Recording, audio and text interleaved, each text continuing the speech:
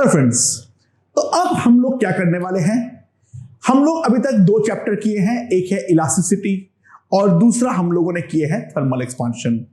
अब मैं इन दोनों टॉपिक को एक साथ में देखने वाला हूं। तो अगर मान लो मेरे पास कोई एक इलास्टिक बॉडी है, राइट, वो इलास्टिक बॉडी में अगर मैं टेम्परेचर में चेंज कर रहा हूं तो ऑब्वियस सी बात है बॉडी में जो एक्सपांशन या कॉन्ट्रैक्शन होगा वो टेम्परेचर के चेंज होने के कारण डेफिनेटली होने वाला है। उस बात से कोई फर्क नहीं पड़ता है, चाहे बॉडी हमारा इलास्टिक हो या ना हो, इट डजंट मैटर। लेकिन अगर मान लो अब मैं उस बॉडी का जो फ्री एक्सपांशन है वो फ्री एक्सपांशन में रुकावट डालने का ट्राई करता हूं, तो ऑब्वियस सी बात है due to the property of an elastic body, तो उस बॉडी के अंदर ऑब्वियस सी बात है एक स्ट्रेस तो डेवलप होने वाला है। मतलब मैं क्या बोलना चाह रहा हूं उस बात को वापस ढंग से समझो। जो अगर मान लो हम लोगों ने जो किए हैं पहले, कोई एक स्मूथ सरफेस के ऊपर अगर मैं एक रॉड को रख देता हूं, ठीक है, और अब मैं इस रॉड का टेम्परेचर में चेंज करता हूं डेल्टा टी, तो ऑब्वियस सी बात है ये जो मेरा रॉड है, rod will expand, the rod will expand freely. तो रॉड अगर फ्रीली एक्सपांड करेगा तो सिंपल सी बात है no stress will be developed, no stress will be developed, right.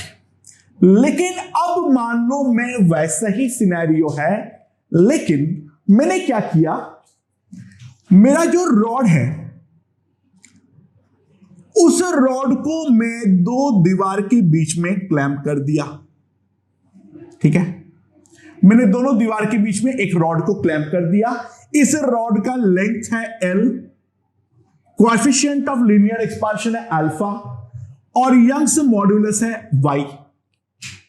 ये जो रॉड का क्रॉस सेक्शनल एरिया है ये मैं दे रखा हूं A, ये जो क्रॉस सेक्शनल एरिया है वो मैं दे रखा हूं कितना, A। अच्छा, नाउ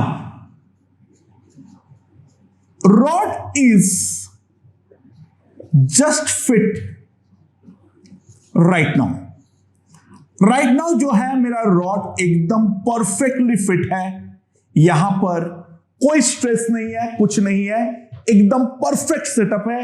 और इस परफेक्ट सेटअप में मैंने इसको क्लैंप किया हूं। Bending of the rod is not allowed. एक और फंडा है, जो रॉड जो है वो हमारा बेंड नहीं हो सकता है, तो bending of the rod is not allowed, बिल्कुल भी अलाउड नहीं है जो कि रॉड हमारा बेंड हो, राइट। अब इस पोजीशन में मैंने क्या किया, ध्यान दो, temperature of the rod is increased by delta T. मैंने रॉड का टेम्परेचर को डेल्टा टी अमाउंट से बढ़ा दिया। अच्छा, जैसे ही मैं बढ़ाऊंगा व्हाट विल हैपन, पहले समझते हैं थियोरेटिकली क्या होगा, कैलकुलेशन तो मैं बाद में कर दूंगा।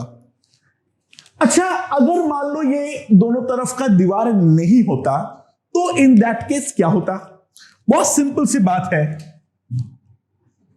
Rod would have expanded, the rod would have expanded by an amount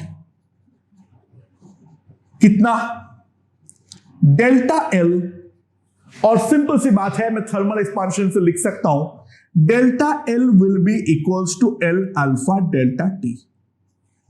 ये रॉड एक्सपांड करता, बेंडिंग मैंने अलाउ नहीं किया हूं, बट दोनों तरफ दीवार होने के कारण व्हाट विल हैपन, दोनों तरफ दीवार होने के कारण व्हाट विल हैपन, बहुत सिंपल सी बात है, एक्चुअल एक्सपांशन, जो एक्चुअल एक्सपांशन है वो तो डेफिनेटली मेरा जीरो है, हाँ कि ना। एक्सपांड करना चाहिए था by an amount of L alpha delta T, लेकिन एक्चुअल में एक्सपांड कितने से किया है? 0 से किया है। हो क्या रहा है? जैसे ही मैं टेम्परेचर बढ़ाऊंगा, ये रॉड दीवार को दोनों तरफ से प्रेस करना चालू करेगा, बढ़ने दो बढ़ने दो बढ़ने दो, मुझे बढ़ने दो। लेकिन क्या बढ़ पाएगा? नहीं। तो बढ़ नहीं पाएगा तो क्या होगा? ऑब्वियस सी बात है, रॉड इस दीवार को फाड़ने का कोशिश करेगा, यानी रॉड दोनों दीवार के ऊपर ऐसे इलोंगेटिव फोर्स लगाएगा, धक्का मारेगा दीवार को। तो न्यूटन्स थर्ड लॉ के अकॉर्डिंग दीवार भी फुल माफ नहीं करेगा उस रॉड को, और इस रॉड को दोनों तरफ से कंप्रेस करने का कोशिश करेगा एफ से। So F is the compressive force, हाँ कि ना? एफ जो है वो है मेरा कंप्रेसिव फोर्स है, और वो फोर्स दोनों दीवार बेसिकली सेम ही लगाएगा, वरना इस बॉडी का इक्विलिब्रियम किसी भी हालत पर एक्सप्लेन नहीं होने वाला है। तो ये जो कंप्रेसिव फोर्स हो रहा है, तो ध्यान देना, ड्यू टू एफ रॉड का लेंथ होना चाहिए था L plus L alpha delta T, होना तो इतना चाहिए था, दीवार नहीं होता तो। वो कन्वर्ट हुआ है मेरा एल पे, राइट? तो ये वाला जो कंप्रेसिव फोर्स है, इस कंप्रेसिव फोर्स के कारण स्ट्रेन कितना है? स्ट्रेन जो है that will be equals to delta L by L, that is L alpha delta T by L, and that will be equals to alpha delta T. ये मेरा स्ट्रेन हो जाएगा। अच्छा, स्ट्रेस क्या होगा? स्ट्रेस सिंपल सी बात है, will be equals to F by A. Force जो लग रहा है वो एफ है, क्रॉस सेक्शनल एरिया जो है वो है हमारा ए। तो सिंपल सी बात है, मैं क्या लिख सकता हूं? Young's modulus Y is stress upon strain. So what I can say is F by A equals to Y alpha delta T. तो फोर्स एफ जो होगा that is Y A alpha delta T. तो दीवार जितना force rod के ऊपर लगाएगा that will be equals to Y A alpha delta T. यह है मेरा थर्मल स्ट्रेस का फंडा। सिमिलरली मैं एक उल्टा वाला भी करता हूं। सिमिलरली ड्यूरिंग कूलिंग, अगर मैं इसको कूल करता हूं तो कूलिंग में क्या होगा? मान लो सेम सिस्टम है exactly, rod is cooled, rod is cooled by temperature is equals to delta T. Rod जो है उसको मैंने कूल कर दिया by an amount of delta T. तो अगर मान लो यहां पर ये क्लैंप्स नहीं होता तो कॉन्ट्रैक्शन कितना होना चाहिए था? सिंपल सी बात है, जो कॉन्ट्रैक्शन मेरा होना चाहिए था वो सिमिलरली होना चाहिए था एल अल्फा डेल्टा टी। तो रॉड क्या करना चाह रहा है? दीवार को पास पास लाने का कोशिश कर रहा है। क्या दीवार को पास ला पाएगा? जी नहीं। तो दीवार को पलट के ऑब्वियस सी बात है रॉड के ऊपर इलोंगेटिव फोर्स लगाना पड़ेगा। यानी इस सिचुएशन पे अगर मैं देखूं तो रॉड के ऊपर डेफिनेटली दीवार जो है वो एफ अमाउंट का इलोंगेटिव फोर्स लगा रहा है, हाँ कि ना? ओके, सो ये वाला एफ ने क्या किया है? ड्यू टू एफ क्या हुआ है? जो रॉड का length L minus L alpha delta T होना चाहिए था वो नहीं होकर कितना हो गया है? ये हो गया है एल। सो सिंपल सी बात है, मैं स्ट्रेन कितना लिख सकता हूं? वही स्ट्रेन का तो कोई प्लस माइनस साइन नहीं होता है, it is simply delta L by L. तो स्ट्रेन हो जाएगा L alpha delta T by L. तो स्ट्रेन जो है that is equals to alpha delta T. And what is stress? Stress similarly मेरे पास क्या आ जाएगा? Stress will be equals to F by A. तो यंग्स मॉड्यूलस वाई क्या आएगा मेरे पास? एफ बाई ए वर्ग अल्फा डेल्टा टी। तो यहां पर भी एग्जैक्टली सिमिलरली हम देख सकते हैं, जो मेरे पास एफ आने वाला है that is equals to Y A alpha delta T. That is the force, चाहे वो इलॉन्गेटिव हो या चाहे वो कंप्रेसिव हो। So that is the basic concept regarding the thermal stress. इसका एक सिंपल एग्जांपल और लेते हैं। मान लेते हैं क्या है,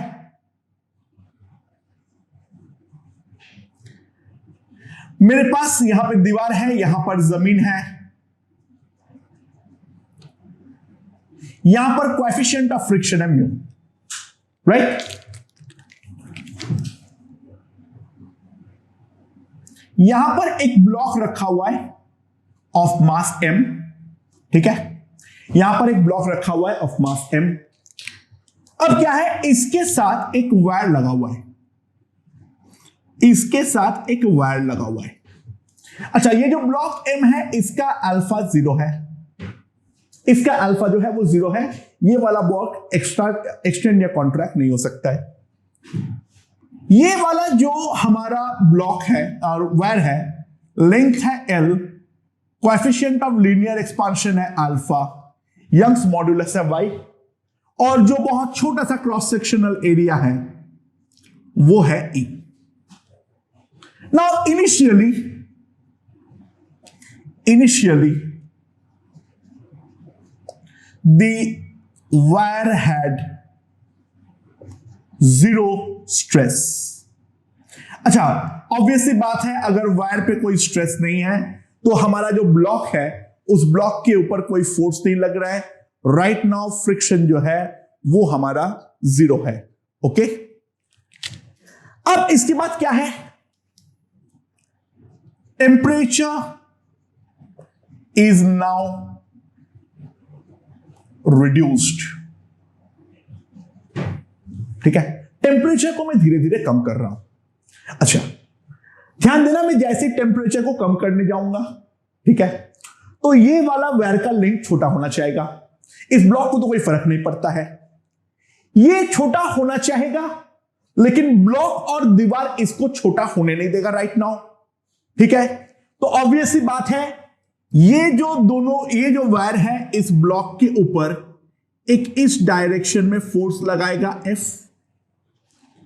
इनिशियली F का वैल्यू बहुत छोटा होगा, डेफिनेट सी बात है, ये F लगने पर भी जो हमारा यहां का फ्रिक्शन फोर्स है वो फ्रिक्शन फोर्स इस वाले ब्लॉक को मूव नहीं होने देगा, और जब तक ये मूव नहीं होगा तब तक मैं इसका लेंथ को L पे कांस्टेंट एज्यूम डेफिनेटली कर सकता हूं, राइट? अब मैं जैसे जैसे टेम्परेचर का रिडक्शन को बढ़ाता रहूंगा, इसके जो फोर्स का वैल्यू होगा जो हमने थर्मल स्ट्रेस में देखे वो हमारा डेफिनेटली बढ़ता रहेगा। ध्यान देना, जो हमारा लिमिटिंग फ्रिक्शन है वो लिमिटिंग फ्रिक्शन का वैल्यू कितनी आएगी? FL, that will be equals to mu mg, right? ये इसका लिमिटिंग वैल्यू है, और जो हमारा फोर्स F है वो कितना होगा? अभी अभी हमने देखे Y A alpha delta T. तो मैं डेल्टा टी जैसे जैसे बढ़ाऊंगा ये मेरा F जो है वो बढ़ता रहेगा। एक पॉइंट ऐसे आएगा या नहीं जहां पर F मेरा लिमिटिंग वैल्यू ऑफ फ्रिक्शन को हिट कर जाए, यानी ध्यान देना, when F is just greater than FL, the block starts to move. जहां पे F जो है वो FL से जस्ट थोड़ा सा भी बड़ा हो जाएगा, मेरा ब्लॉक तुरंत मूव करना चालू कर देगा, और ब्लॉक तुरंत मूव करना एक बार चालू कर देगा, उसके बाद में कॉन्ट्रैक्शन के साथ ये वाला बॉडी भी, इसका लेंथ अब कांस्टेंट नहीं रहेगा, ये वाला बॉडी भी आगे मूव करता रहेगा। तो ये पूछ सकता है जो मैक्सिमम डेल्टा टी बताओ जिससे कि मूव ना करे। कैसे आएगा? सिंपल सी बात है, मूव नहीं करने के लिए to not move,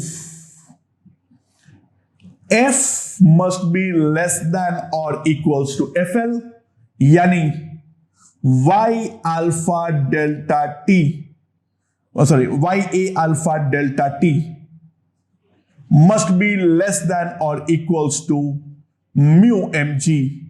So delta T must be less than or equals to mu mg by Y alpha A. तो ये है मैक्सिमम डेल्टा टी, जिससे मैं इस वायर का टेम्परेचर को रिड्यूस कर सकता हूं, जिससे कि वो मूव ना करे। So delta T must be less than और equals to mu M G by Y alpha A. तो ये हमारा basic introduction towards the thermal stress हुआ। अब हम लोग थोड़ा सा इसको आगे बढ़ाते हुए सर्कुलर रिंग के केस में जाते हैं। ओके, तो अब सर्कुलर रिंग पे देखते हैं क्या है। मेरे पास एक सर्कुलर रिंग है, उस सर्कुलर रिंग का रेडियस जो है, रेडियस है मेरे पास R। ओके, अगर मान लो वो रिंग मेरा एक हॉराइजेंटल स्मूथ सरफेस पे रखा हुआ है, राइट। सो अगर स्मूथ हॉराइजेंटल सरफेस पे रखूंगा, इसका कोएफिशिएंट ऑफ लीनियर एक्सपांशन को मैं अल्फा मान लेता हूं, तो सिंपल सी बात है, जो मेरा टेम्परेचर को डेल्टा टी से बदलने पर चेंज इन रेडियस जो आएगा, change in radius is equals to R alpha delta T, right. Now ये फ्रीली एक्सपांड हो रहा है, ऑब्वियस सी बात है। राइट नाउ जो मेरा थर्मल स्ट्रेस होगा, वो thermal stress is equals to 0, ठीक है। थर्मल स्ट्रेस जो होगा वो मेरा कितना होगा? वो मेरा 0 है। अब मैंने क्या किया समझो, ध्यान देना, मैं जो क्वेश्चन दे रहा हूं उसके ऊपर मैंने क्या किया। मेरे पास रिंग है, रेडियस आर का, ठीक है। अच्छा, ऑब्वियसली रिंग है तो बहुत छोटा सा क्रॉस सेक्शनल एरिया है। Cross sectional area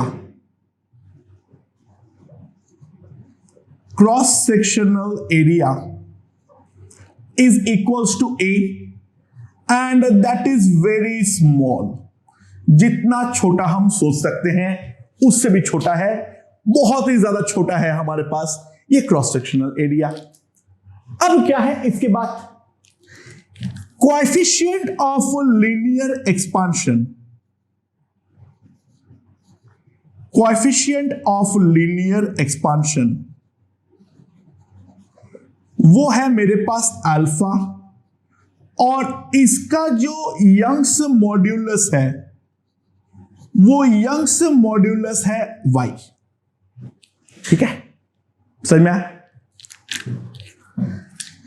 temperature is now decreased by delta T तो मैं इसका टेम्परेचर को डिक्रीज कर रहा हूं by an amount of delta T, तो ऑब्वियस सी बात है मेरा रेडियस अब छोटा होना चाहिए। लेकिन मैं यहां पर इस तरीके से क्लैंप्स लगा रखने के कारण, पूरे में एक क्लैंप है मान लो, ऐसा है, keeping the radius R constant, keeping radius R to be constant, okay. But अब क्या है, ऑब्वियस सी बात है, रॉड मेरा फ्रीली, रिंग मेरा फ्रीली कॉन्ट्रैक्ट नहीं कर पा रहा है, तो ये कॉन्ट्रैक्ट नहीं कर पाने के कारण ऑब्वियस सी बात है रिंग के ऊपर एक डेफिनेटली इलोंगेटिव टेंशन काम करेगा, क्योंकि छोटे को r minus R alpha delta T जो है वो होना चाहिए था रेडियस, लेकिन अभी भी रेडियस r है, तो ऑब्वियस सी बात है रॉड के अंदर कोई ना कोई इलोंगेटिव फोर्स तो डेफिनेटली काम कर रहा है। डायरेक्शन देखते हैं। सवाल यह है, calculate tension developed, calculate the tension developed in the ring. Ring के अंदर जो टेंशन डेवलप होगा वो हमारा कितना होगा, समझते हैं क्या है एग्जैक्टली। तो ये है मेरा रिंग, राइट नाउ इसका रेडियस है r। अगर मैं इसको फ्रीली कॉम्प्रेस होने देता तो फ्री कॉम्प्रेशन के कारण इसका रेडियस डेफिनेटली मेरा कम हो जाता, और कम होते हुए रिंग का शेप जो होना चाहिए था वो सर्कुलर ही था, लेकिन उसका रेडियस डेफिनेटली कम हो जाता, और जो ये रिंग बिना स्ट्रेस का बनना चाहिए था वो बिना स्ट्रेस का बनना चाहिए था r into 1 minus alpha delta T का। लेकिन क्लैंप लगा हुआ होने के कारण अभी भी इसका रेडियस r है। तो ध्यान देना, मैं अगर इस रिंग में एक बहुत छोटा टुकड़ा काटूं और उस छोटे से टुकड़े को मैं एनालाइजेशन पे ले जाऊं, मैं यहां पर एक बहुत छोटा टुकड़ा काटा ऑफ एंगल डी थीटा, तो ये वाला जो हमारा लेंथ होना चाहिए था वो दिस इंटू डी थीटा होना चाहिए था, बट इसका लेंथ है आर डी थीटा, तो ये आर डी, इसका लेंथ जो बड़ा है, ये लेंथ को बढ़ाने के लिए ऑब्वियसली उसको खींचना पड़ा है, जो कि ऑब्वियस है, और इसके ऊपर जो खिंचाव है वो ऐसे हम टेंजेंशियली एज्यूम कर सकते हैं टी टी। ध्यान देना मैं क्या बोल रहा हूं, रॉड, इस रिंग के टुकड़े का एक्चुअल लेंथ होना चाहिए था r into 1 minus alpha delta T d theta, यह होना चाहिए था, राइट, अगर कोई टेंशन डेवलप नहीं होता तो। लेकिन टेंशन ने डेवलप होने के बाद इसका लेंथ बन गया है r अल्फा डेल्टा टी, बहुत छोटा टुकड़ा है, इसको मैं प्रैक्टिकली स्ट्रेट मान सकता हूं, तो इस टुकड़े को अगर मैं बाहर लेकर आऊं तो ये वाले टुकड़े पे अगर मैं ध्यान दूं तो इस वाले टुकड़े के ऊपर फोर्स क्या लग रहा है, इस तरफ टेंशन टी, इस तरफ टेंशन टी, इसका लेंथ जो है वो है हमारा आर डी थीटा, राइट, और इसके कारण जो हमारा डेल्टा एल हुआ है वो इतने से बढ़ के इतना बना है, तो that will be simply R alpha delta T into D theta, ये मेरा डेल्टा एल हो जाएगा। Length is this, delta L is this, तो सिंपल सी बात है, Young's modulus will be stress upon strain R alpha delta T into D theta by R D theta. यह है मेरा यंग्स मॉड्यूलस का definition. T is the elongative force, A is the very small cross sectional area, तो Young's modulus मेरे पास कितना आ जाएगा, T by A divided by R alpha delta T d theta by R D theta. So d theta is gone, r is gone. So t by a equals to y alpha delta t. तो tension जो आएगा मेरे पास, that is y a alpha delta t. So this is the tension that is developed inside the ring, जो ring को हमारा वापस elongation करने में हेल्प कर रहा है। अगर मैं टेम्परेचर को बढ़ाता, रेडियस को फिक्स रख के, तो यही मेरा टेंशन होता। द ओनली डिफरेंस यहां पर जैसे इलोंगेटिव टेंशन काम कर रहा है, उसके बदले इन दैट केस हमारा कॉम्प्रेसिव टेंशन काम करता। बाकी फिजिकली पूरा चीज एग्जैक्टली हमारा सेम रहने वाला था। ओके, तो ये है हमारा सर्कुलर रिंग का कॉन्सेप्ट, राइट। तो हमने एक रॉड के केस में देख लिए हैं, हमने एक सर्कुलर रिंग के केस में देख लिए हैं। तो अब हम लोग धीरे धीरे इन प्रॉब्लमों में थोड़ा सा कॉम्प्लिकेशन डालने वाले हैं। तो एक क्वेश्चन मेरे दिल के बहुत ही ज्यादा करीब क्वेश्चन है, फिजिक्स ओलंपियाड में आया हुआ क्वेश्चन है। देखते हैं उस क्वेश्चन का क्या पूछा था और कैसे हम उस चीज को हैंडल करने वाले हैं। ओके दोस्तों, देखते हैं वो क्या क्वेश्चन पूछा था एग्जैक्टली। बहुत ही मस्त क्वेश्चन है, बहुत ही इंपॉर्टेंट क्वेश्चन है, समझते हैं। मेरे पास दीवार के अंदर दो रॉड जो है वो क्लैंप था, ठीक है। दो रॉड को साथ में क्लैंप किया गया था। ओके, ये मेरा रॉड 1 है और ये मेरा रॉड 2 है। इन दोनों का ही क्रॉस सेक्शनल एरिया जो था वो था ए, राइट। ये वाले रॉड का लेंथ था L1, ये वाले रॉड का लेंथ था L2। इसका कोएफिशिएंट ऑफ लीनियर एक्सपांशन था α1, इसका कोएफिशिएंट ऑफ लीनियर एक्सपांशन था α2, इसका यंग्स मॉड्यूलस है y1, इसका यंग्स मॉड्यूलस है y2, ठीक है। क्या बोला था, right now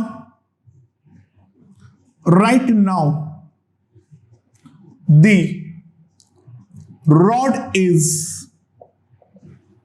rods are just fit। अभी कोई स्ट्रेस नहीं है, कुछ नहीं है, ये दोनों रॉड अभी जस्ट फिट है दीवार में। Bending is not allowed, bending is not allowed। तो अगर मैं बेंडिंग को अलाउ नहीं कर रहा हूं, तो इन दैट केस सवाल ये पूछा गया था, जो if temperature of the system is increased by delta T, if the temperature of the system is increased by delta T, then calculate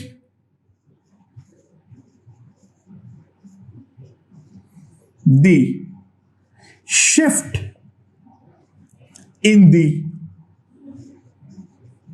joint। ये जो दोनों का जॉइंट है, इस जॉइंट का शिफ्ट हमें पूछा गया था। तो ये शिफ्ट हम किस तरीके से निकालेंगे।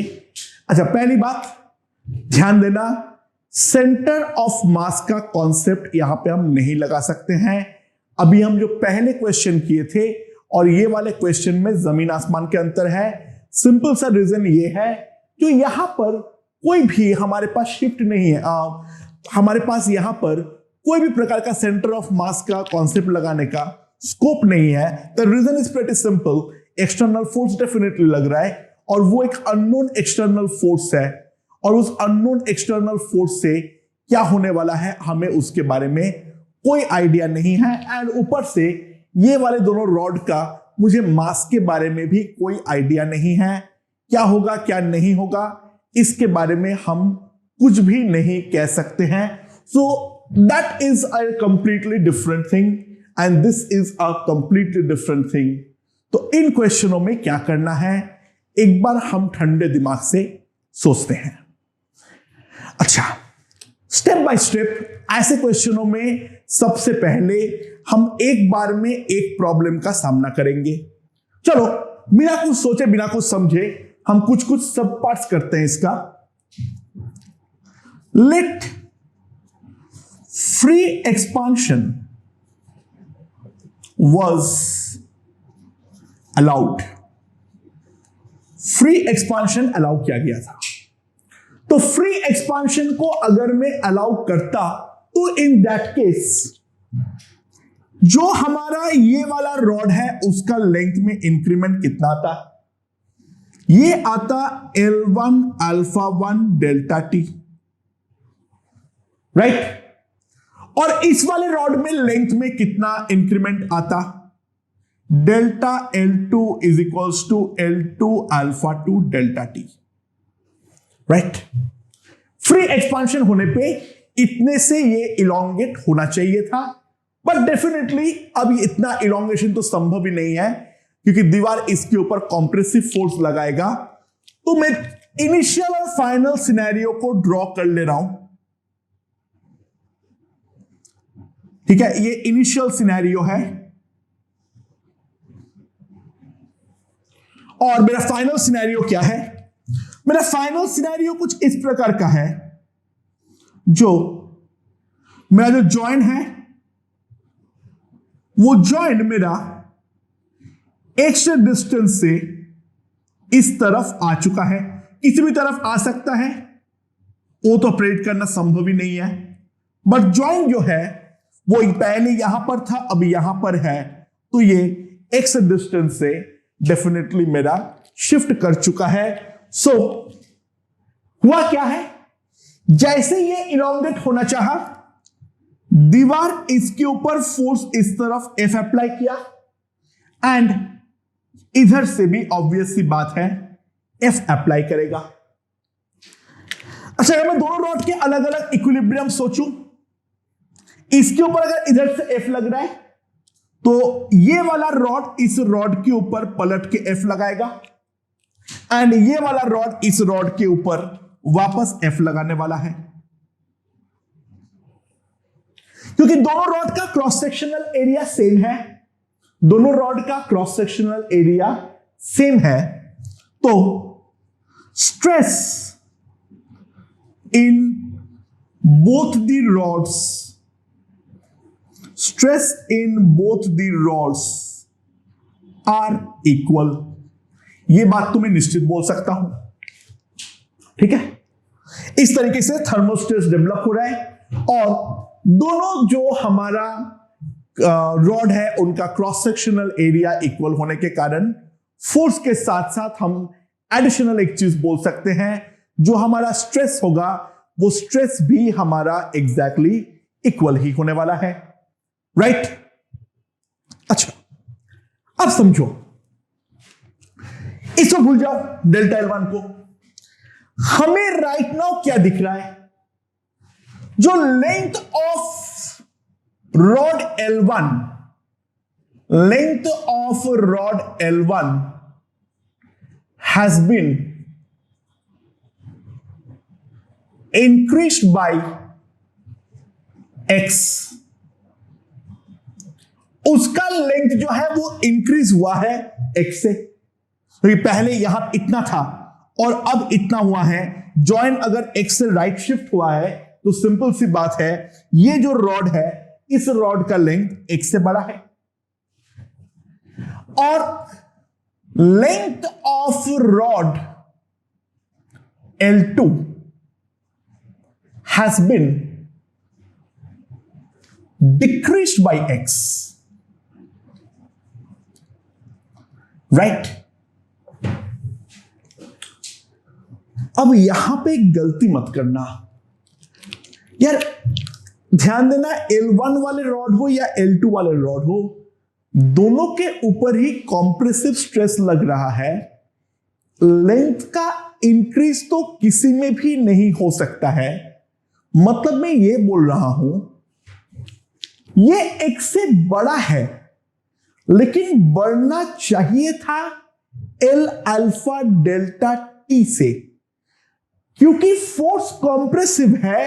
ये जो x होगा वो definitely L1 alpha 1 delta T से कम होगा, यानी थर्मल स्ट्रेस के कारण जो हुआ है वो तो कंप्रेशन ही हुआ है, यानी compression in L1 due to thermal stress कितना है।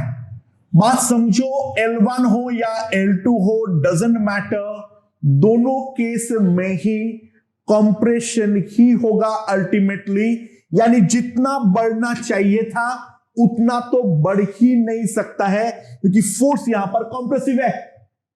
तो L1 अल्फा डेल्टा T से बढ़ना चाहिए था, बट थर्मल स्ट्रेस होने के कारण वो x से ही बड़ा है। तो थर्मल स्ट्रेस के कारण जो कंप्रेशन हुआ है that must be equals to L1 alpha 1 delta T minus x। On the other hand L2 वाले रॉड के बारे में अगर बात करूं तो उसका length L2 alpha 2 delta T से बढ़ना चाहिए था। बढ़ना तो छोड़ो, इनफैक्ट x से कम हुआ है। तो compression in L2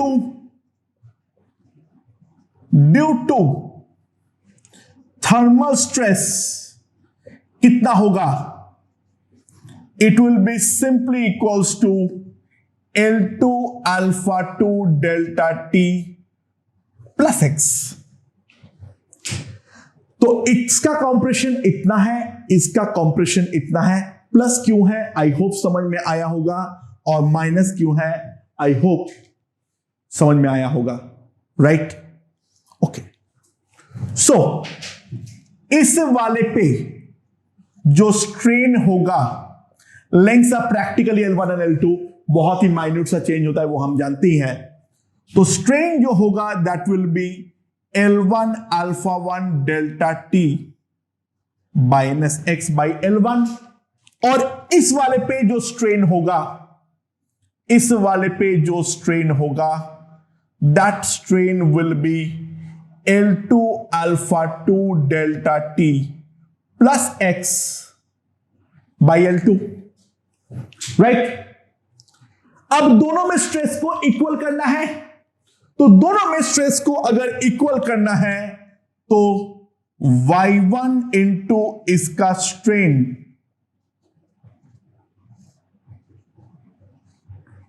must be equals to y2 into इसका strain L2 alpha 2 delta T plus x by L2। ये मेरे पास आ जाएगा, right? So y1 into alpha 1 delta T minus x by L1, y2 into alpha 2 delta T plus x by L2।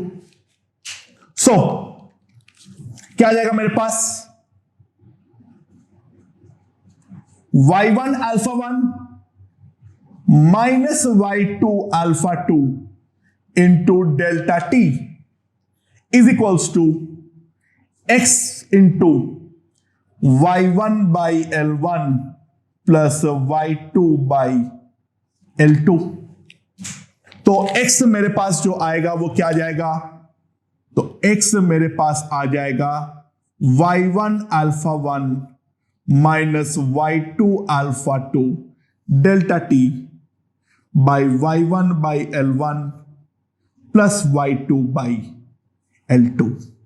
ये आ जाएगा मेरे पास elongation effective, यानी the shift in the joint, right. अच्छा, इसमें और क्या क्या पूछ सकता है। x मेरे पास एक बार आ गया है, मैं इसको यहां पर सब्स्टिट्यूट करूंगा तो मेरे पास स्ट्रेस आ जाएगा, इनटू क्रॉस सेक्शनल एरिया करूंगा तो ये पूछ सकता है दीवार कितना फोर्स लगा रहा है। किसी भी दोनों में से एक इक्वेशन में x को पुट कर डालो, ये मुझे क्या दे देगा, stress. Young's modulus into strain है, ये स्ट्रेस है जो कि F बाई A है, तो F बाई A से कैलकुलेट करते हुए मैं फोर्स निकाल दूंगा। अच्छा, एक चीज और पूछ सकता है, कंडीशन ऑफ नो शिफ्ट,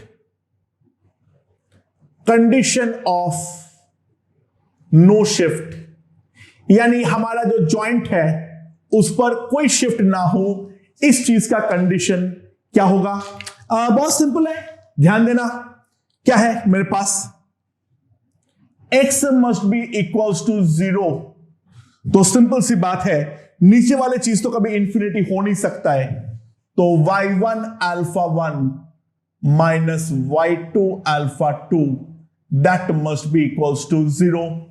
तो नो शिफ्ट का कंडीशन क्या आएगा सिंपली मेरे पास, तो सिंपली मेरे पास आएगा y1 alpha 1 must be equals to y2 alpha 2। By the way, एक छोटा सा definition, y into alpha is called thermoelastic modulus of the material। तो शिफ्ट तभी नहीं होगा अगर दोनों के दोनों मटेरियल का जो थर्मोइलास्टिक मॉड्यूलस है वो हमारा इक्वल हो। So that is the condition of no shift. In general ऐसा कोई भी प्रॉब्लम आए तो इस प्रॉब्लम को हम इस तरीके से अप्रोच करेंगे। पहले कुल मिला के बात समझो, पहले एक बार उसे डायरेक्टली थर्मली एक्सपांड करो और फिर उसका एक्सपांशन या कंप्रेशन को इलास्टिसिटी के साथ जोड़ो, तभी ये सारे प्रॉब्लम्स जो है वो हम आसानी के साथ सॉल्व कर सकते हैं। Now in the next question we are going to see a tri metallic strip. Okay okay, hi friends, so now let's see a tri metallic strip. हम लोग एक नया चीज देखेंगे, वो क्या है, ट्राई मेटालिक स्ट्रिप। अब ये ट्राई मेटालिक स्ट्रिप क्या होती है, ध्यान देना, समझना। हमारे पास बाइमेटालिक स्ट्रिप में क्या क्या होती है, उसका बेंडिंग कैसे होती है, वो हम लोगों ने देख ली है। मैं यहां पर क्या कर रहा हूं, मेरे पास ऊपर एक स्टील का रॉड है, ठीक है, लेंथ L है इसका एरिया मान लो है A, ठीक है। उसके साथ रिवेट किया हुआ मेरे पास एक एल्यूमिनियम का रॉड है, उतना ही लेंथ का। ये मेरे पास एल्यूमिनियम का रॉड है, इसका भी क्रॉस सेक्शनल एरिया A मान लो, और इसके नीचे भी और एक स्टील का रॉड है, उतना ही क्रॉस सेक्शनल एरिया A का, लाइक दिस। अब मैंने क्या किया, इनके जो कनेक्टिंग जॉइंट्स है, इन जॉइंट्स को मैंने बहुत ही ज्यादा अच्छे से रिवेट कर दिया। रिवेट करने का मतलब है अब ये जब भी बढ़ेगा साथ में ही बढ़ेगा, अलग से नहीं बढ़ सकता है। एफी का कोएफिशिएंट ऑफ लीनियर एक्सपांशन दे रखा है alpha S, Young's modulus Y S है, और एल्यूमिनियम का वो मान लो अल्फा ए और वाई ए, ठीक है। ये मेरा ट्राइमेटालिक स्ट्रिप का सेटअप है। कुछ तो मानना पड़ेगा, तो मैं मान लेता हूं, जो कि प्रैक्टिकल डेटा भी है, alpha A greater than alpha S. Now temperature of the system, temperature of the system is increased by delta T। ठीक है, यहां पर कोई साइड में दीवार वगैरह कुछ नहीं है, मैंने डेल्टा टी से उसका सिस्टम का टेम्परेचर को बढ़ाया।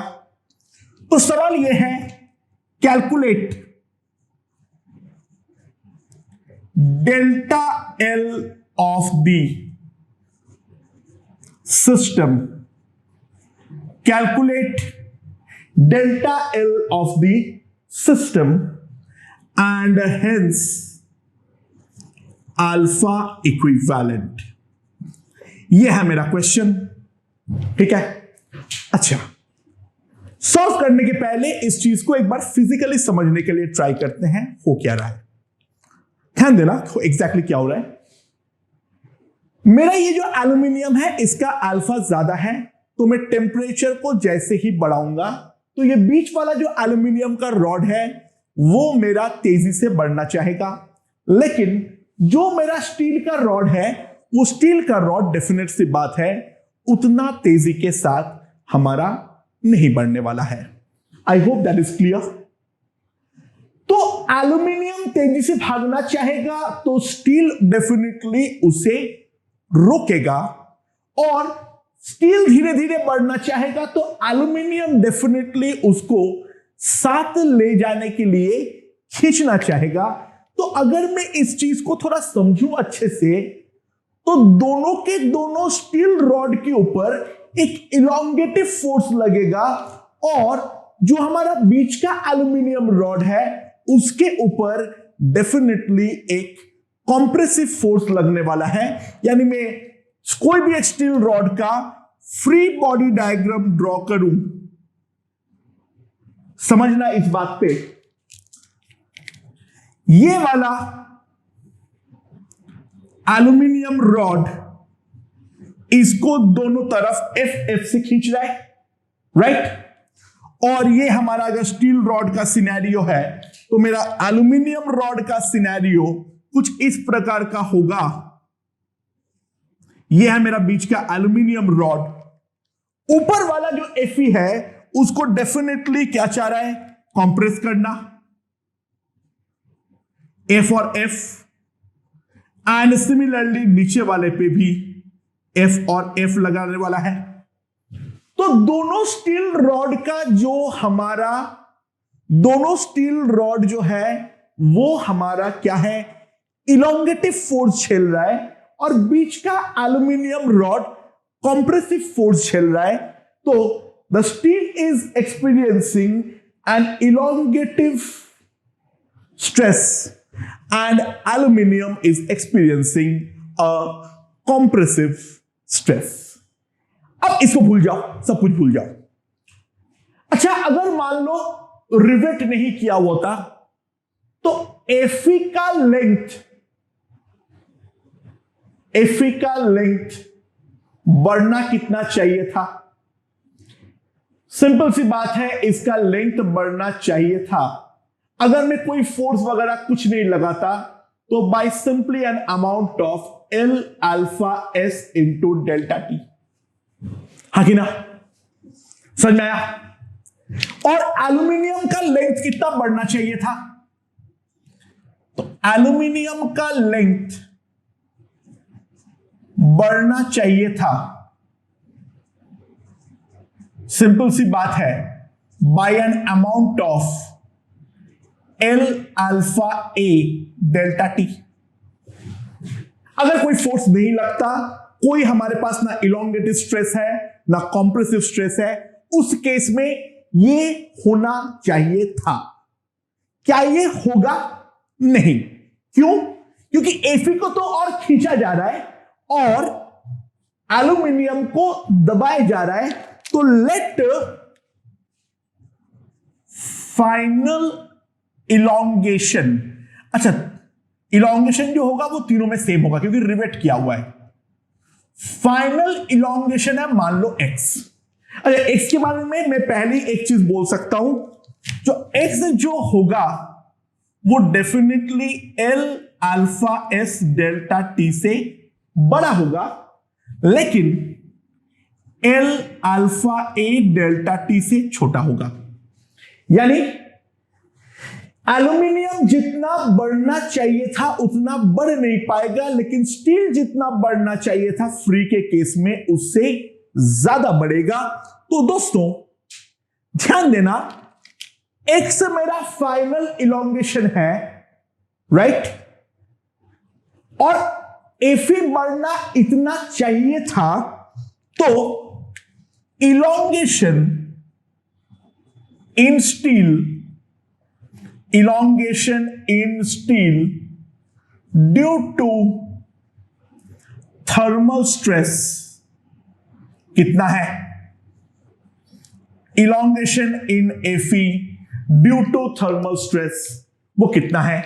सिंपल सी बात है, that will be equals to x minus L alpha S delta T। ये हमारा स्टील का इलोंगेशन है थर्मल स्ट्रेस के कारण। और दूसरा, compression in aluminium due to thermal stress वो कितना होगा? That will be simply equals to, बढ़ना चाहिए था इतना, बड़ा है x, so that will be simply L alpha A delta T minus x। Okay okay, अब Fe वाले रॉड पे स्ट्रेस कितना है? F by A, right. So मैं स्टील के लिए लिख सकता हूं या नहीं, YS equals to F by A upon x minus L alpha S delta T by L। It is stress upon strain. Length को प्रैक्टिकली L मानूंगा, ये ऑब्वियस सी बात है। दिस इज अ स्ट्रेन, ठीक है। अच्छा, स्ट्रेन को x लिख मत देना, x बाई L मत लिख देना, उसके अंदर इतना तो पहले ही बढ़ना चाहिए था, थर्मल ने इतने से ही बढ़ाया है। ये क्लासिकल मिस्टेक है, मैं बहुत लोगों को कमिट करते हुए देखा हूं, और उसके बाद उन्होंने x का वैल्यू को 0 लाते हैं, राइट। और सिमिलरली अगर मैं एल्यूमिनियम के पॉइंट ऑफ व्यू से देखूं, YA, इसमें कॉम्प्रेसिव फोर्स कितना है? 2F, ना कि F, दो बार लग रहा है, 2F by A into L alpha A delta T minus X upon L, right. So ये मेरा है F by A, ये मेरा है कितना? 2F by A। तो सिंपल सी बात है, मैं अगर 2F by A को अगर इक्वेट करूं, तो यहां पर अगर मैं 2 लिख दूं तो यहां पर भी मुझे एक 2 लिखना पड़ेगा। सो मैं सिंपली लिख सकता हूं 2YS X by L minus alpha S delta T, that is equals to YA alpha A delta T minus X by L। समझ आ गया? अब 2 को पोज देता हूं, वरना बाद में कंफ्यूज हो जाओगे मैं 2 क्यों लिखा। इक्वेशन वही था, सॉल्व करने के कारण केवल मैं 2 से मल्टीप्लाई किया था, राइट। समझ आ गया? तो सिंपल सी बात है, मैं अगर इसको साथ में लिखूं तो x बाई L मेरे पास क्या आ जाएगा? 2YS plus YA is equals to, यहां पर क्या आ रहा है? YA alpha A plus 2YS alpha S into delta T। तो जो फाइनल इलोंगेशन होगा, जो फाइनल सिस्टम में इलोंगेशन होगा X, that is equals to L YA alpha A plus 2YS alpha S by YA plus 2YS into delta T, ये है मेरा net elongation. I hope this point is understood, right. और alpha equivalent निकालने के लिए क्या करूंगा, simple सी बात है, मैं एक सिस्टम लूंगा, उस सिस्टम का लेंथ होगा L, जो एक कॉमन मटेरियल से बनेगा जिसका अल्फा इक्विवेलेंट होगा। तो मैं एक चीज तो और भी लिख सकता हूं, L into alpha equivalent into delta T.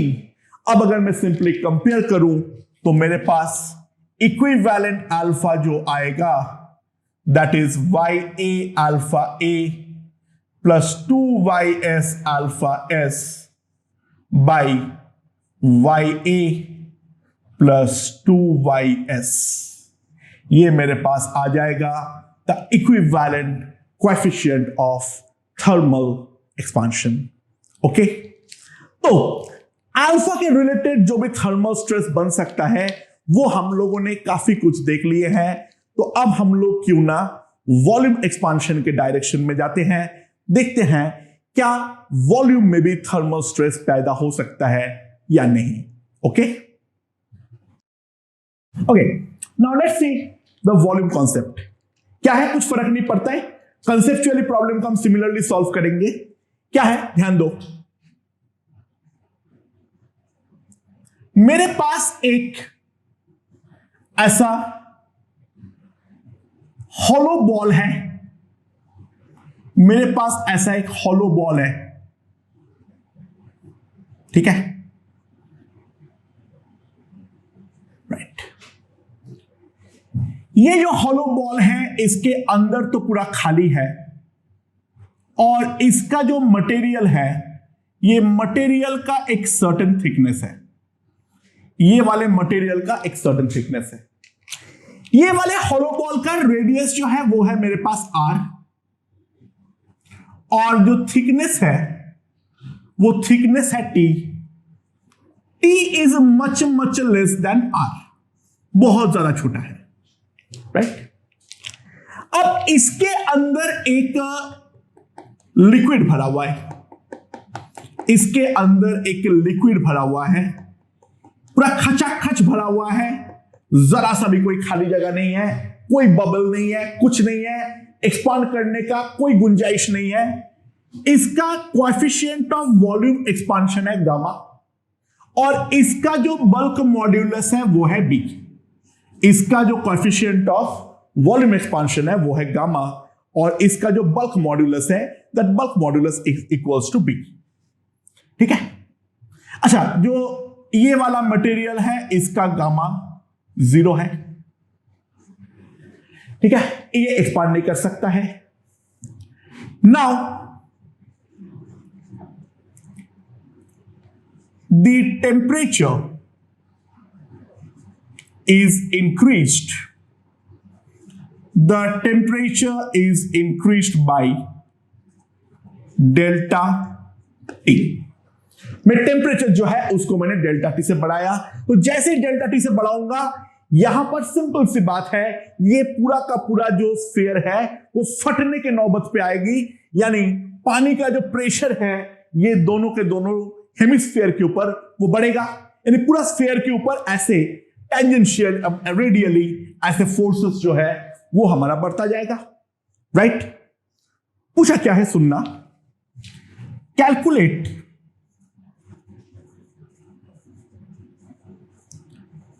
the excess stress developed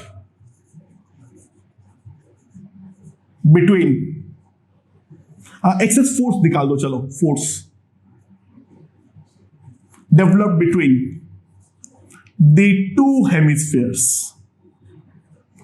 अब दोनों हेमिस्फीयर के बीच में जो हमारा फोर्स होगा, वो जो फोर्स एक्स्ट्रा डेवलप हो रहा है वो हमारा कितना होने वाला है।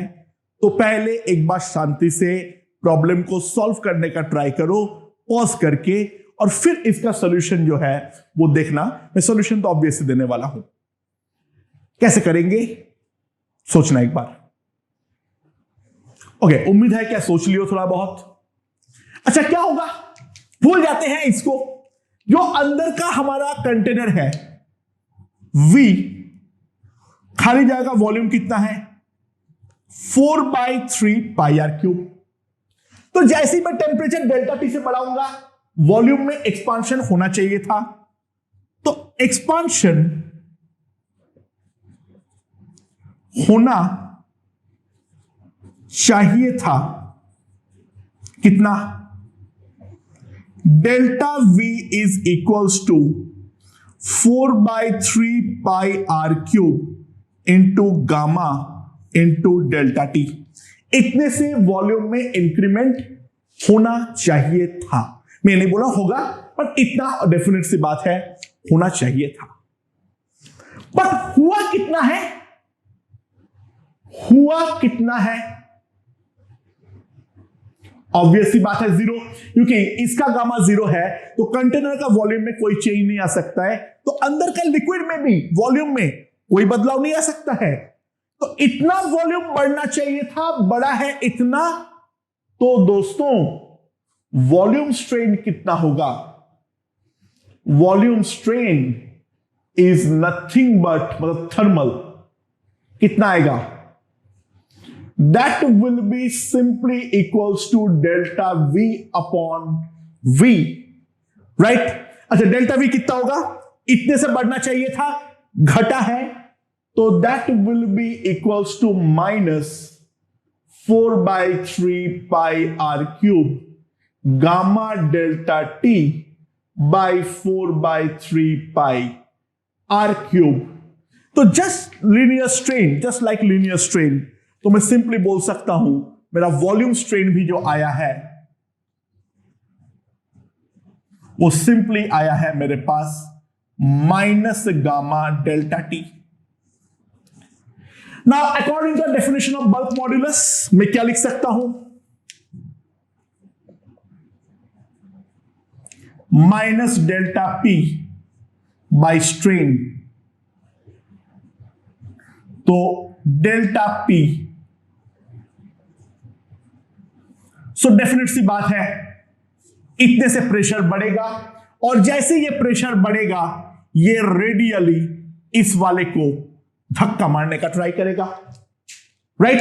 तो मैं एडिशनल फोर्स का फोर्स बैलेंस करना चाह रहा हूं। मैं पूरा का पूरा ये वाले स्फीयर को दो पार्ट में तोड़ लेता हूं और मैं एक हेमिस्फीयर का फ्री बॉडी डायग्राम करना चाहता हूं। ये मेरा थिकनेस है, राइट? ये मेरा वो थिकनेस टी दिख रहा है यहां से। जैसे मैं ये वाला व्यू लूंगा तो मुझे टी मेरे सामने प्रकट हो जाएगा, हाँ कि ना, राइट? ये जो डेल्टा पी है ये हर पॉइंट पे ऐसे रेडियली एडिशनल फोर्स लगाएगा, राइट? ऐसे ऐसे ऐसे ऐसे ऐसे रेडियली ऐसे एडिशनल फोर्स लगाएगा। और क्योंकि मुझे केवल और केवल हॉराइजॉन्टल लेना है तो फोर्स नेट के लिए हम फ्लूइड में पहले भी देखे थे, delta P into the projection area, और यहां पे रेडियस आर है तो सिंपली जो प्रोजेक्शन एरिया आएगा वो प्रोजेक्शन एरिया कितना आ जाएगा, पाई आर स्क्वायर। तो जो नेट फोर्स होगा that will be equal to delta P into pi R square, जहां पे पाई आर स्क्वायर मेरा प्रोजेक्शन एरिया है। सो नेट फोर्स जो बढ़ेगा that will be B gamma delta T into pi R square. और ये वाले फोर्स को काउंटर एक्ट करने के लिए दोनों हेमिस्फीयर के बीच के जो फोर्स है उस फोर्स में भी ये इसको इस तरीके से खींचने का कोशिश करेगा, ध्यान देना, उस फोर्स को अपोज करने के लिए, राइट? तो ये वाला अगर फोर्स है F, तो बैलेंस करने के लिए F will be simply equals to F net, so that will be B pi R square gamma delta T, that will be the force। अब कोई स्ट्रेस पूछ सकता है, तो स्ट्रेस कैसे आएगा?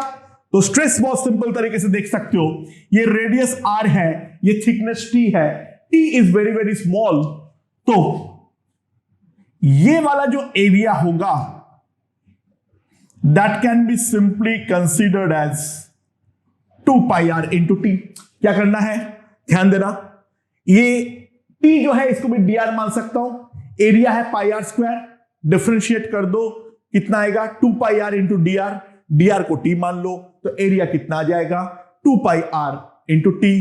तो थर्मल स्ट्रेस मेरे पास कितना आ जाएगा, थर्मल स्ट्रेस सिंपली मेरे पास आ जाएगा equals to F by 2 pi r t, कितना आ जाएगा b pi r square gamma delta t by 2 pi capital R into t।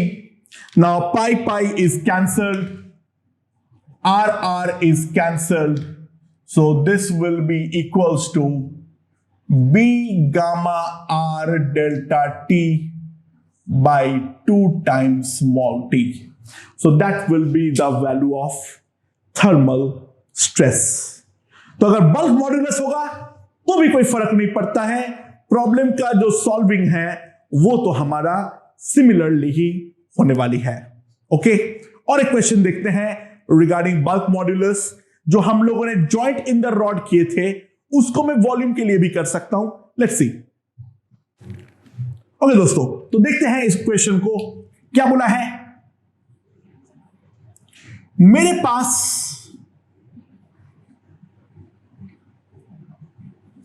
ऐसे दो पूरा का पूरा लिक्विड से फिल्ड ग्लास बल्ब है। मेरे पास पूरा का पूरा लिक्विड से फिल्ड दो ग्लास बल्ब है, राइट? यहां पर एक लिक्विड है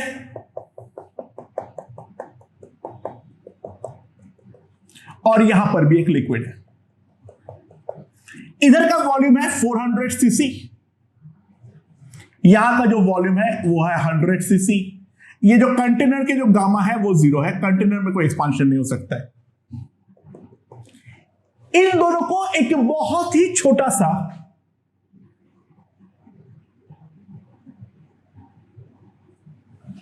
कनेक्टिंग जो ट्यूब है, ये कनेक्टिंग ट्यूब से जुड़ा हुआ है और एक छोटा सा यहां पर मर्क्यूरी ड्रॉप है, ठीक है, वो इंडिकेटर है बेसिकली। ये जो हमारा ट्यूब है इसका क्रॉस सेक्शनल एरिया है 1 सेंटीमीटर स्क्वायर। ये दोनों तरफ अलग अलग लिक्विड है। जो लेफ्ट वाले लिक्विड है इसका बल्क मॉड्यूलस है से 2 गीगा पैस्कल, राइट? और इस वाले का जो बल्क मॉड्यूलस है वो है मान लो 2.5 गीगा पैस्कल, राइट? जो लेफ्ट हैंड साइड का लिक्विड है उसका गामा है 10 to the power -4 degree Celsius और इस वाले का जो गामा है वो है 2 इंटू 10 टू द पावर -4 पर डिग्री सेल्सियस, ठीक है। अब मैंने क्या किया, ये सफिशिएंटली लॉन्ग है, मान लेना, कोई फर्क नहीं पड़ता है, ये सफिशिएंटली लॉन्ग है। तो temperature is increased by 30 degree Celsius. तो calculate the shift in the mercury drop. जब वापस बाद में इक्विलिब्रियम सेटअप करेगा तो उस टाइम पे जो हमारा मर्क्यूरी का जो पेलेट है, जो ड्रॉप है, वो कितने डिस्प्लेसमेंट लेने वाला है, वो हमारा सवाल है। ओके, स्ट्रैटेजी में कोई बदलाव नहीं आएगा प्रॉब्लम सॉल्विंग में, जो हम लोगों ने लिनियर के लिए किए थे exactly same problem solving technique यहां पर भी हम लागू करने वाले हैं। Let's see. ओके, अगर ये इंडिपेंडेंटली बढ़ता तो यहां पर क्या होता, डेल्टा V1 कितना होता, V1 into gamma 1 into delta T. अगर बढ़ने देता मैं, ठीक है, यहां पर कुछ नहीं है, तो इसका वॉल्यूम बढ़ना चाहिए था by an amount of V1 gamma 1 delta T, that is 400 into 10 to the power -4 into 30, तो कितना हो जाएगा 1.2 सेंटीमीटर क्यूब। इसका वॉल्यूम 1.2 सेंटीमीटर क्यूब से बढ़ना चाहिए था। सिंपल कैलकुलेशन, इसका वॉल्यूम V0 400 है, डेल्टा टी 30 है और गामा दे रखा है 10 टू द पावर -4। इसका वॉल्यूम में इंक्रीमेंट अगर मैं निकालूंगा तो सिंपली इतना मुझे आना चाहिए था।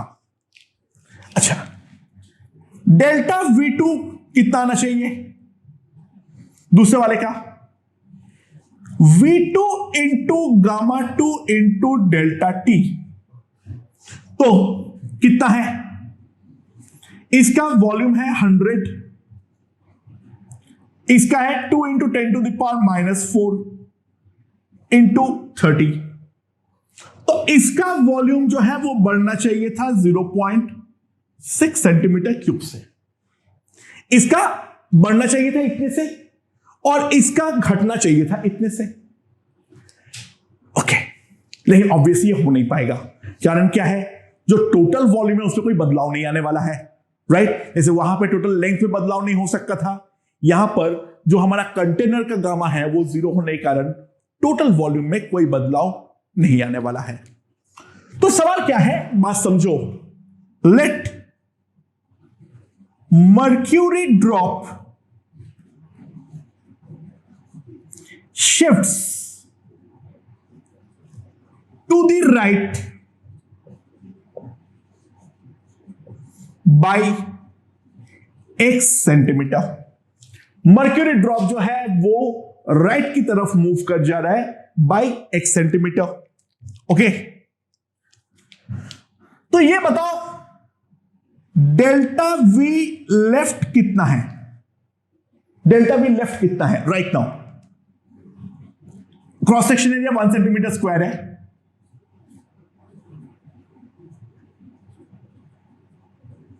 और डेल्टा V राइट कितना होगा,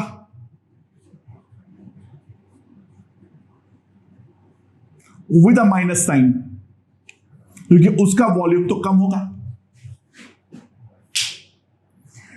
तो लेफ्ट वाले का वॉल्यूम 1.2 से बढ़ना चाहिए था, बट बड़ा x ही है, राइट। सो थर्मल स्ट्रेन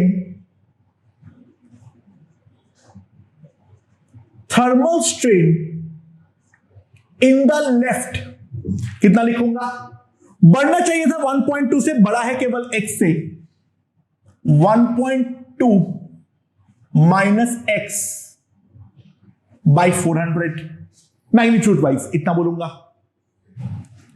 और सिमिलरली थर्मल स्ट्रेन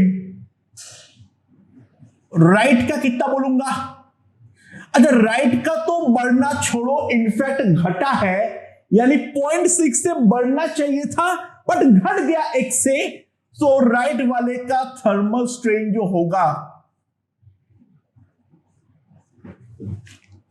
अच्छा फाइनली जब इक्विलिब्रियम आएगा तो मर्क्यूरी ड्रॉप का दोनों तरफ प्रेशर सेम आएगा। तो सिंपल सी बात है, मैं एक चीज तो बोल सकता हूं, delta P left must be equals to delta P right. Stress अगर इक्वल है तो बल्क मॉड्यूलस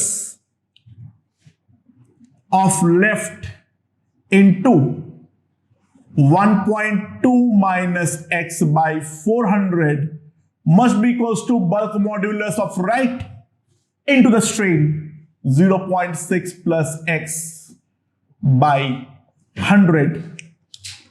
So सिंपल सी बात है, लेफ्ट का बल्क मॉड्यूलस कितना है 2 into 10 to the power 6, 1.2 minus x by 400. Bulk modulus in the right 5 by 2, 2.5 को 5 by 2 लिख दिया, into 10 to the power 6 into 0.6 plus x by 100. तो अब अगर मैं कंपेयर करूं, इक्वेट करूं मैं, तो क्या आ जाएगा? 10 to the power 6, 10 to the power 6 gone, ये गॉन, तो मेरे पास ये आ जाएगा। अच्छा भाई साहब 4 भी कट रहा है, ये पूरा कट जा रहा है, ठीक है। तो सिंपली मेरे पास आ जाएगा 1.2 minus x 5 into 0.6 plus x.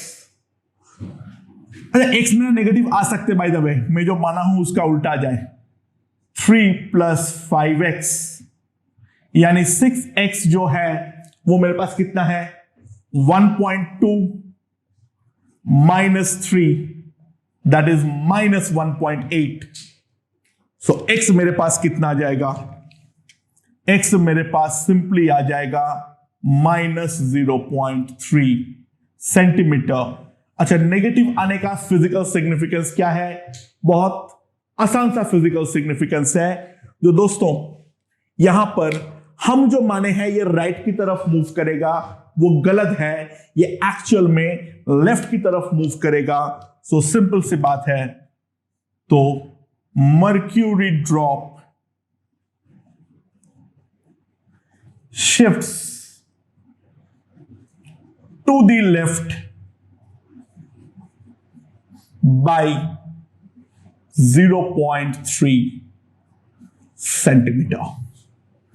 तो ये है हमारा वॉल्यूम स्ट्रेंथ का दूसरा क्वेश्चन। तो मोटे मोटे तौर पे थर्मल स्ट्रेस के क्वेश्चंस जितने भी प्रोफाइल्स के आ सकते हैं वो हमने सारे के सारे यहां पर डिस्कस कर डाले हैं।